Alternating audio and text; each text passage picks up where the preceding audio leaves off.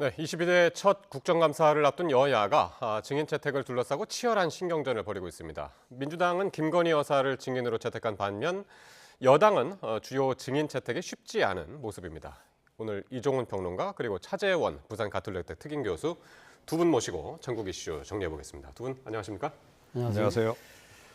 네, 다음 달 있을 국감 앞두고 이제 여야가 증인 채택이 한창인데 김건희 여사하고 모친 최은순 씨 그리고 최상병 순직 사건 수사 외압 의혹 관련해서는 임성근 전 사단장 등 특히 김건희 여사 의혹 관련한 인사가 무더기로 포함이 됐습니다. 평론가님, 지금 뭐 사실상 김 여사 국감이다 이런 얘기까지 지금 나오고 있네요. 네, 그렇습니다. 이제 그렇게 지금 몰고 가려고 상당히 지금 애를 지금 쓰고 있는 것 같아요. 몰고 가고 있다. 예, 그렇습니다. 보시는데. 그러니까 예. 지금 대략 한 구분응선까지 왔다 이런 판단을 지금 하고 있는 것으로 보입니다. 무엇의 구분응선이냐? 예. 윤석열 대통령 탄핵의 구분응선까지 아하. 왔다라고 지금 보는 것 같고요. 예. 최근에 안 그래도 지금 김건희 여사와 관련한 그 보도량이 엄청나게 증가한 상황입니다. 그러면서 새로운 의혹 관련한 보도도 계속 줄을 잇고 있는 그런 그 상황이란 말이죠. 네. 도이치모터스 사건 관련해서도 그렇고 공천 개입 관련한 그 의혹 그 부분에서도 마찬가지입니다. 이제 그런 상황이니까 지금 어차피 이런 그 보도가 쏟아지는 마당에 이 지금 여세를 계속 몰아서 김 여사 관련한 것과 관련한 뭔가 스모킹건이 나오기만 한다면 네. 그러면 윤석열 대통령 탄핵 국면으로 넘어가는 것이 훨씬 더 순조로울 것이다 이런 판단을 예. 내리고 있는 것으로 보입니다. 교수님은 어떻게 보시나요? 지금 몰고 가고 있다고 말씀하셨는데. 뭐 몰고 가고 있다는 표현은 제가 생각했을 때는 조금 그런 것 같고요. 사실은 뭐 지금 이 국정감사라는 것이 야당의 시간이지 않습니까? 네. 그렇다고 한다면 야당은 국정감사를 활용해서 일종의 국민들에게 소구력이 있는 뭔가 이 현안을 집중적으로 이렇게 집중 타격을 해서 결국은 이제 국정감사가 끝나고 난 뒤에 이 전국을 주도권을 잡는다는 것인데요. 사실은 김건희 여사 쪽으로 모든 초점이 맞춰질 수밖에 없는 것이 자고 나면 김건희 여사와 관련된 여러 가지 그러니까 이 지금 의구심들이 계속적으로 일어나고 있잖아요. 최근에 또 불거진 것들이 소위 말하는 공천 개입과 관련된 여러 뭐 녹취록들이 지금 나오고 있는 상황인데 문제는 여기에 대해서 지금 대통령실은 아니다는 이야기만 할 뿐 구체적인 그 부분에 대해서 해명을 하고 있지 않다. 예. 그런 상황이고 그리고 특히 김건희 여사와 관련된 여러 가지 오래된 사건들 같은 경우는 지금 뭐 예를 들면 명품백 사건과 관련해서는 뭐 검찰이 지금 불기소하는 쪽으로 지금 이 가닥을 잡았다. 네. 이런 부분들이 상당히 국민의 눈높이와 법 감정에 맞느냐 이런 부분들을 생각했을 때는 야당 입장에서는 이러한 부분들에 대해서는 명명백백하게 진상을 파헤칠 필요가 있다. 예. 그렇게 판단을 하는 것이죠. 그 과정에서 아까 말씀하셨던 대로 9분 응선인지 8분 응선인지 모르겠지만 국민들의 분노가 끌어오를 수가 있고 그것이 상당히 결정적인 하나의 내관으로까지 갈 수 있겠다는 그런 정치적 계산은 아마 하고 있지 않을까 생각은 듭니다. 근데 일단 뭐 증인 채택은 했는데 예. 김건희 여사가 어떨까요? 증인으로 출석을 할까요? 어떻게 보시나요? 글쎄요, 뭐 지금 야당 입장에서도 김건희 여사와 그리고 또 모친에 대한 지금 이거 증인 채택을 지금 밀어붙이고 있는 중인데 그렇다고 하더라도 과연 놓을까? 라고 지금 본인들 스스로도 생각을 할 거예요. 지난 7월 달이었죠. 윤 대통령과 관련된 탄핵 청문회 때도 증인으로 채택됐지만 안 나왔잖아요. 불출석 사유서도 내지 않았고. 그래서 바로 법사위가 이 지금 야당 단독으로 지금 공수처 고발을 의결을 한 측면이 있기 때문에 아마 이번에도 이 지금 놓을 거라고 생각하지 않고 그런 식으로 아마 고발의 방향으로 가는 것인데 문제는 이런 과정을 통해서 아마 국민들 입장에서는 이 지금 살아있는 권력이 뭔가 지금 이 자신들의 그 의혹과 관련된 부분을 회피하고 자꾸만 이렇게 은폐하려고 하는 그런 이미지를 지금 야당 입장에서 만들어 나갈 수가 있다는 그런 측면에서라도 아마 지금 증인 채택 부분을 강하게 밀어붙인 것이 아닐까. 나오지 않을 가능성 크지만 일단 증인 채택부터 한 뭐 그런 상황이 되겠고 지금 국민의힘에서는 이재명 대표가 연루된 그 대장동 개발 의혹 관련해서 유동규 전 본부장, 남욱 변호사 그리고 문재인 전 대통령 딸이죠 그 문다희 씨까지 증인 채택한다는 방침은 세웠는데 보류가 됐습니다. 네. 예. 그러니까 이제 뭐 전략적인 판단을 조금 더 해야 될 부분도 있을 수 있는 거고요. 지금 사실은 야당이 증인을 채택하기 원해도 그 여당이 원해도 이 의석수가 너무 차이가 나잖아요. 예. 그래서 민주당 쪽에서 강하게 이걸 반발하기 시작하면 네. 채택시키기가 좀 어렵습니다. 예. 현실적으로 지금 그런 상황인 거죠. 그래서 지금 이제 그런 문제에 지금 봉착해 있는 네. 어떻게 보면 굉장히 좀 불리한 운동장에서 싸워야 되는 이제 그런 그러네요. 상황에 처해 있는 거라고 좀 볼 수 있고요. 예.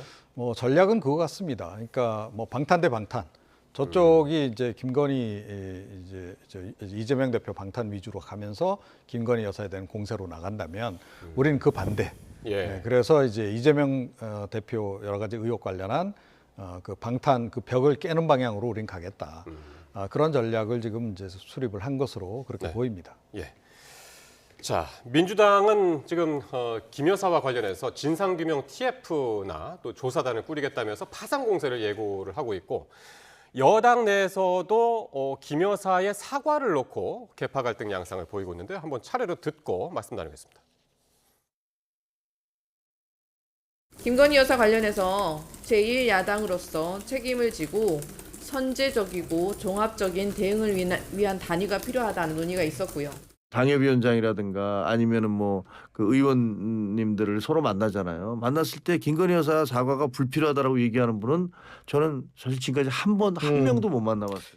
털릴 것 같으면 당장 사과를 해야죠. 사과를 하게 되면 그 다음은 어떻게 할 거냐는 거죠. 그것을 빌미로 더 공격의 강도를 높여가는 이 양자 관계가 형성이 있거든요.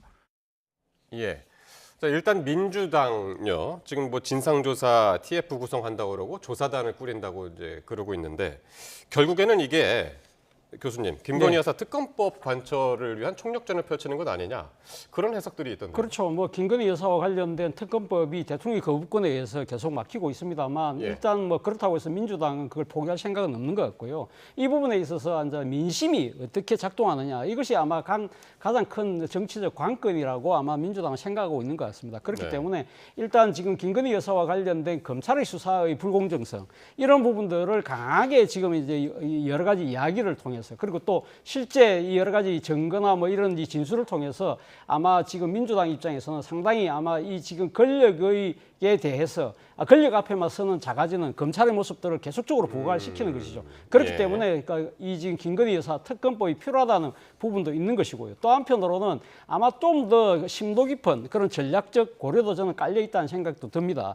김건희 여사와 관련된 의구심이 계속적으로 지금 나오고 있는 상황에서 지금 용산의 입장에서는 야당이 가장을 하고 있다고 하고 있지만 앞서 리포트에도 나왔습니다만 여당의 입장에서는 이런 상황에서는 김건희 여사가 좀 적극적으로 대처할 필요가 있는 것이 아니냐. 예를 들면 대국민 공개 사과를 예. 해야 된다든지 그런 부분들에 대한 그 이야기가 나올 수밖에 없는 분위기를 아마 예. 민주당은 계속적으로 만들어 나갈 필요가 있다. 이 과정에서 소위 말해서 윤 대통령과 한동훈 대표와의 갈등이 또 부각될 수밖에 없는 것이고요. 이러한 부분들이 전체적으로 봤을 때는 상당히 아마 국민들의 이 분노를 좀 더 자극을 시켜서 예. 이 지금 결정적인 순간에 민주당이 바라는 뭔가를 지금 그 이 노림수를 위한 하나의 빌드업을 이 완성되는 것이 아닐까라는 생각을 하고 있는 것 같습니다. 네.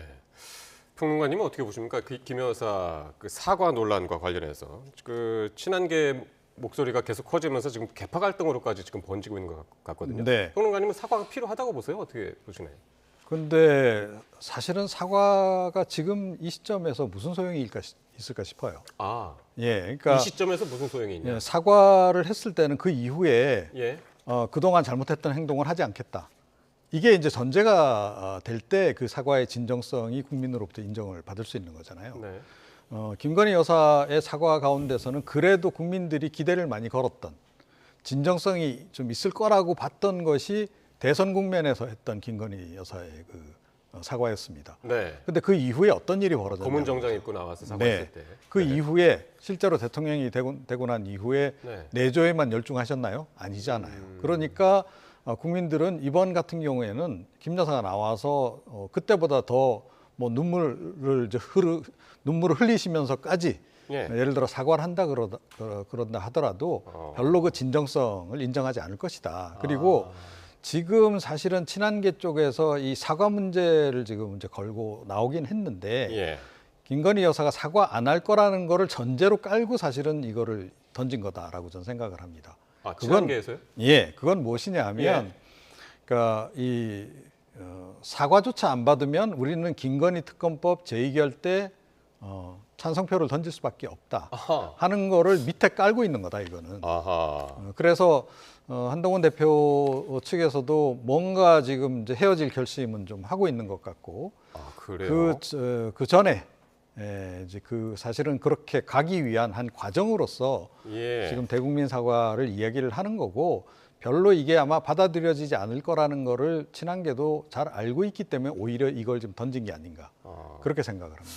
추측이신가요? 아니면 좀 뭐 저는 그렇게 내부 보고 취재가 있습니다. 좀 있으신 분위기 좀 파악이 되신 부분인가요? 뭐 친한계의 최근 동향을 보면 네. 네, 대략 그렇게 흐름을 읽고 예 계시는 그렇게 지금 봐야 되지 않을까 싶습니다. 그러니까 윤 대통령이 이제 조만간 김 여사 특검법 관련해서 제2요구권을 이제 행사할 걸로 지금 예상이 네. 되고 있는데 지금 평론가님 말씀하신 대로 민주당에서도 약간 그런 분위기를 전망하고 있는 것이 아닌가 그런 해석들이 나오곤 있거든요. 그렇죠. 앞서도 뭐 민주당이 사실 그러니까 결정적인 한순간을 위해서 지금 빌드업 과정이라고 제가 말씀을 드렸는데요. 예. 사실 그런 부분들, 그러니까 여권 내의 지금 내분과 갈등 이런 부분들을 상당히 겨냥한 측면이 분명히 있는 것이죠. 예. 바로 그 때문에 사실 제가 생각했을 때 친한계는 이런 부분들을 계속적으로 그러니까 이렇게 방관하고 그냥 뒀을 경우에는 진짜 호미로 막을 것을 가래도 못 막는 예. 그런 상황이 올 수밖에 없다는 우려를 하고 있는 것이죠. 그렇기 때문에 저는 뭐 친한계의 사과라는 부분이 단순히 형식적인 사과를 이야기하는 것이라고 보지 않습니다. 네. 예를 들면 지금 사과라는 부분이요 먹히기 위해서는 소위 말해서 그 내용이 진정성이 있게 국민들에게 다가가야 된다는 것이죠. 예를 들면 뭐 이제는 또 다시 뭐 아내의 역할로만 충실하겠습니다. 이 정도가 아니라 뭐 우리가 저희 모든 것들을 일거수일투족을 감시할 수 있는 특별감찰관 제도는 당연한 것이고 예를 들면 나와 관련된 여러 가지 의문들에 대해서 예. 내가 자진해서 이 여러 가지가 그러니까 뭐 검찰이든 공수처에 나가서 출두 조사를 받겠다. 예. 이 정도까지를 아마 친한계 입장에서는 말은 대놓고 하지 못하고 있지만 예. 그 사과라는 그 요구 내용 속에는 그러한 내용도 저는 포함되어 있지 않나 하는 생각이 그러니까 들고요. 대충 뭐 사과가 아니라 완전한 매듭을 짓고 가야 그렇죠. 된다라는. 그러니까 뭔가 이 지금 거네요. 이 그러니까 네. 민주당의 그러니까 눈높이나 기대는 아니라 하더라도 네. 다수 국민들이 생각하고 있는 수준 그까지는 네. 가야만 예를 들면 이 여건의 전체적인 공멸을 막을 수 있는 최소한의 방어선을 구축할 수 있다. 그 정도는 생각하고 있는 것 같습니다. 그렇군요. 오늘요. 그동안에 이제 한동훈 대표를 계속 저격했던 홍준표 대구시장 SNS에 오랜만에 또 글을 올렸는데 이번에는 윤석열 대통령을 비판하는 글을 올렸습니다. 한번 보시면 지금의 위기는 야당의 존재를 인정하지 않고 검사 정치로 일관해온 잘못이 오늘의 혼란을 초래하지 않았나. 그리고 김 여사에 대한 야당의 집요한 공격도 우리가 자초하지 않았나 하는 반성을 한다. 그런 내용인데 이거 어떤 의미로 올렸을까요? 평론가님? 네. 그러니까 홍준표 시장의 최근에 이제 발언 내용들을 보면 윤석열 대통령을 상당히 편드는 그런 발언을 많이 내놨었죠. 그러니까요. 예. 그건 결국 이제 한동훈 대표가 너무 커지면 자기하고 이제 경쟁 관계에 있기 때문에 자기가 좀 불리해질 수도 있는 거 아니겠습니까? 차기 대권 구도 관련해서 예. 이제 그랬던 건데 이번에 나온 발언은 지금 그 보수 진영 그리고 TK에서조차 김건희 여사에 대한 그 여론이 심상치 않다는 거를 감지했기 때문에 그런 거다라고 예. 좀 봅니다. 그래서 예. 최근에 뭐 이제 윤석열 대통령 지지율 이제 떨어지는 과정에서 이제 그 원인이 뭐냐 하는 그런 분석도 이제 함께 나왔던 바도 있기도 하지만 네. 최근엔 김건희 여사 건이 가장 많이 그 변수로 지금 작동을 하고 있고 예. 70, 80 세대들조차도 김건희 여사와 관련해서는 뭔가 지금 결단을 내리지 않으면 안 된다라는 그런 인식이 지금 많이 퍼져 있는 상황입니다. 그렇군요. 그래서 그런 인식을 반영해서 지금 이제 그쪽 의견을 좀 대변하는 발언을 한 것이다. 예. 이렇게 봐야 할 것 같습니다. 예. 그중에서도 지금 이제 SNS 페이스북 글 중에 야당을 인정을 안 했다. 네. 그러니까 야당을 인정해야 된다는 건데 예. 야당 인정 안 하고 지금까지 이런 것들이 계속 우리가 자초한 것이 아니냐. 네. 그 문장이 저는 이제 많이 들어오거든요. 네. 예. 뭐 저는 오래간만에 홍준표 지사가 홍카콜라라는 별칭에 맞는 이야기를 했다는 생각이 듭니다. 지금 네. 현재 이 여러 가지 전국이 꼬이고 있는 부분에 대해서는 아까 검사 정치로 일관했다는 부분인데요. 검사 정치라는 부분 자체가 소위 말하는 이 정치라는 영역보다는 검사적인 속성에 더 많은 방점을 찍고 국정을 운영해왔다는 그런 비판적인 인식을 갖고 있는 것이거든요. 네. 사실 그런 측면에서 본다고 한다면 지금 홍 시장이 이야기한 대로 네. 상당히 이 상생의 정치 이러한 부분들이 정말 필요한 부분인데 지금 모든 것들이 극단적인 양진역으로 나눠서 사사건건 충돌하는 예. 이러한 상황이 오랜 정치를 해온 홍 시장의 눈에도 상당히 위기의식으로 다가오고 있다는 것이고요. 그리고 어떻게 보면 제가 생각했을 때는 홍 시장은 사실상 이 지금 윤 대통령에 대한 정치적인 지금 경고를 보낸 것이 아닐까 하는 생각도 듭니다. 앞서 뭐 잠깐 말씀하셨지만 그동안은 윤 대통령의 국정을 상당히 지지하는 모습을 보여왔지만은 이러한 상황이 계속될 경우에는 나는 이제 윤 대통령하고 이 소위 속된 표현으로 이야기하면 손절할 수도 있다는 그러한 예. 의지까지도 내비친 것이 아닐까 하는 생각이 들고요. 왜냐하면 이런 식으로 계속적으로 갈 경우에는 보수 진영 자체가 전부 다 공멸할 수 있다. 그럴 경우에 뭔가 지금 플랜 B의 대안으로서 누군가 남아 있어야 되는데 그 위치라도 내가 지켜야 되겠다는 그런 의지까지 저는 읽었습니다. 네, 알겠습니다. 자, 이번에는 민주당으로 한번 가볼 텐데요. 오는 월요일이죠. 30일 날 이재명 대표의 위증교사 관련해서 1심 결심 공판이 있습니다. 이제 검사의 구형이 또 있을 텐데 요 위증교사 관련해서는 이게 어떤 사건이었나요? 좀 설명을 먼저 좀 해주실까요? 네, 이재명 대표가 과거에 그 검사 사칭 그 관련한 사건이 있지 않았습니까? 네. 그 사건 이제 재판하는 과정에서 그게 아마 경기도지사 시절이었나요? 네, 그렇습니다. 예, 예. 그 당시에 이제 그 재판 진행 과정에서 이제 증인으로 나온 전 성남시장의 네. 수행비서 예. 에게 이제 그 위증을 하도록 교사를 했다. 네. 이거 혐의인 거고요. 네. 만약에 이번에 뭐 이제 1심이 뭐 최종심은 아니기 때문에 네. 이제 두고 보긴 해야 되겠는데 사실은 이거는 이제 선거법 위반 사건이 아니고 일반 그 형사 사건이기 때문에요. 네.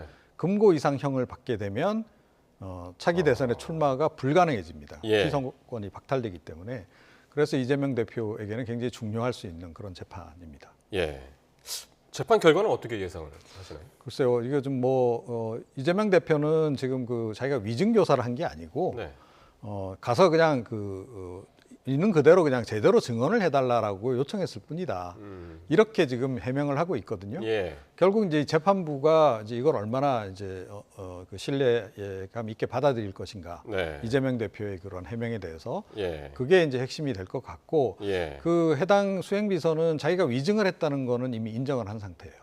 아. 그러니까 위증은 한 거는 예. 확인이 돼 있는 상태고 예. 다만 이제 그 위증을 하도록 한 그 배경이 된 이재명 대표의 이제 회유랄까? 네. 이제 이게 교사죠. 그러니까 예. 형사적 용어로는 예. 그 교사가 이제 실제로 있었는가 없었는가 네.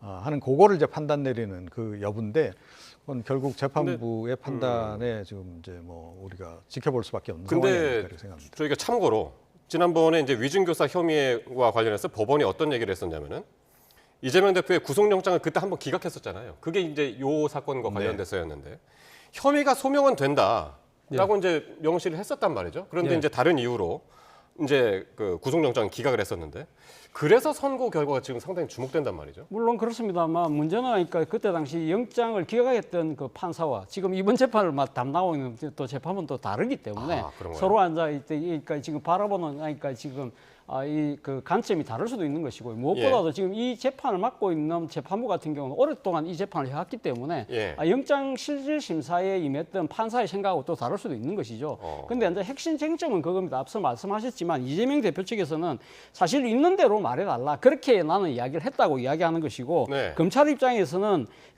그런 얘기 들었다고 해주면 되지라는 대목이 나오는데 예. 그러한 부분들이 사실은 위증을 교사한 것이 아닐까라고 주장을 하는 수행비서는 사실 부분이거든요. 그 전화상으로 예. 그때 녹취가 한번 싹 나왔었잖아요. 나왔죠. 나왔는데 그때 그래서 기억이 안 난다고 그러는 거예요. 예, 기억이 안 난다고 이야기하니까 그냥 있는 대로 말해주면 되지라고 이재명 대표 쪽에서는 거기에다 방점을 찍고 있는 거고 예. 검찰은 그 대목에서 노는 그런 얘기 들었다고 해주면 되지라는 이야기가 소위 말해서 그러니까 지금 정인으로 나온 사람의 기억에 반하는 이 예. 정언을 하라고 지금 압박을 넣은 거 아니냐 그렇게 예. 본다는 것이죠. 당시 그때 전화를 했을 때 이재명 대표의 지위가 경기도지사였고 네. 그리고 이 지금 이 위증을 했다고 지금 인정하는 사람 같은 경우는 이 경기도와 관련된 강극공사와 관련된 여러 가지 일들을 하고 있기 때문에 네. 그러한 이 관계를 따지고 봤을 때는 상당한 그 강한 압박으로 네. 여겨질 수밖에 없다고 보는 것이 검찰의 시각이거든요.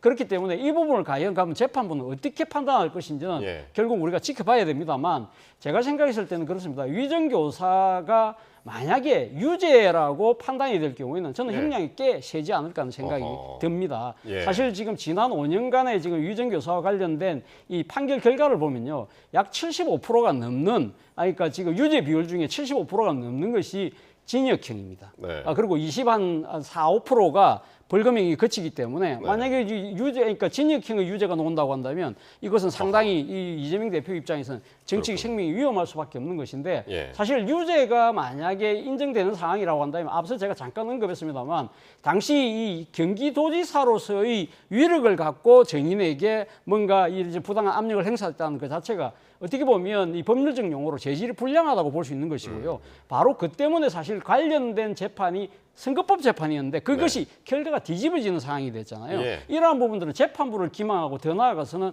선거라는 그 규칙의 룰을 깼다고 판단되기 때문에 사실 이 지금 만약에 지금 이 재판부가 유죄로 인정할 경우에는 상당히 아마 이재명 대표 입장에서는 곤혹스러운 상황으로도 갈 수 있겠다는 생각도 듭니다. 그렇군요. 지금 이제 어쨌든 이재명 대표가 받고 있는 혐의가 이제 모두 4가지고 재판을 지금 받고 있고 그 중에서 이제 위증교사가 1가지고 그 앞서서 또 1가지가 이제 선거법 위반 혐의인데 이것과 관련해서는 1심이 11월 15일로 이제 예정이 돼 있고 검찰이 요전에 그 징역 2년을 네. 구형을 하지 않았습니까? 이게 고 김문기 성남도시개발공사 1처장을 모른다라고 해서 이제 그렇죠.